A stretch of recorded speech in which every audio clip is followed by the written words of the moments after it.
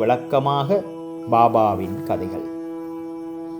படகுக்காரர்கள் பாறைகள் அபாயங்கள் ஆகியவற்றிலிருந்து விலகி பத்திரமாக பயணம் செய்வதற்காக கடலின் பல்வேறு இடங்களில் கலங்கரை விளக்கம் கட்டப்படுகிறது. சம்சாரம் எனும் சாகரத்தில் சாய்பாபாவின் கதைகள் அத்தகைய பயனை நல்குகின்றன.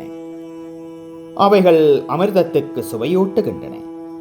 நமது உலகப் பாதையை மிருதுவாகவும் கடப்பதற்கு எளியதாகவும் ஆக்குகின்றன. ஞானிகளின் கதைகள் ஆசீர்வதிக்கப்பட்டவைகள். நமது செவிகளின் வழியாக உள்ளத்தினுள் புகும்பொழுது சரீராபிமானம் அல்லது அகங்காரம், துவைத உணர்ச்சி ஆகியவை மறைகின்றன.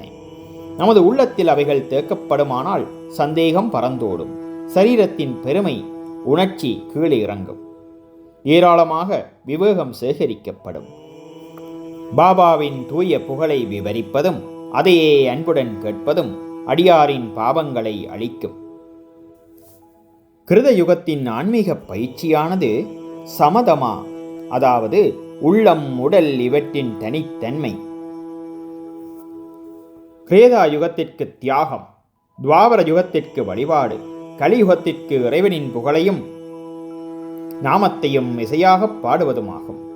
கடைசி பயிற்சியானது 4 வர்ணத்தை சார்ந்த எல்லோருக்கும் உரியதாகும். மற்ற பயிற்சிகளான யோகம், தியாகம், தியானம், தாரணை அதாவது ஒருமுகப்படுத்துதல் ஆகியவை பழகுவதற்கு மிகவும் கடினமானவை. இறைவனது அதாவது சாய்பாபாவினது புகழை செவிமடுப்பது மிகவும் எளியதாகும். நாம் நமது கவனத்தை அவைகளின் மீது திருப்ப மாத்திரமே வேண்டும். கதைகளை கேட்பதும் கீர்த்தனையாக பாடுவதும் புலனுணர்வு பொருள்கள் மீதுள்ள உறவை நீக்கி அடியவர்களை பற்றறுத்தவர்களாக்கி முடிவில் ஆன்ம உணர்வுக்கு வழிநடத்தி செல்லும். இக்குறிக்கோளையே கருத்திற்கொண்டு சாய்பாபா சத் சரிதாமிருதா என்னும் அவரது கதைகளை எழுதச் செய்தார் அல்லது உதவி செய்தார். அடியவர்கள் இப்பொழுது இந்த கதைகளை எளிதாக படிக்கவோ கேட்கவோ செய்யலாம். அங்கனம் செய்யும் பொழுது அவரை தியானம் செய்க.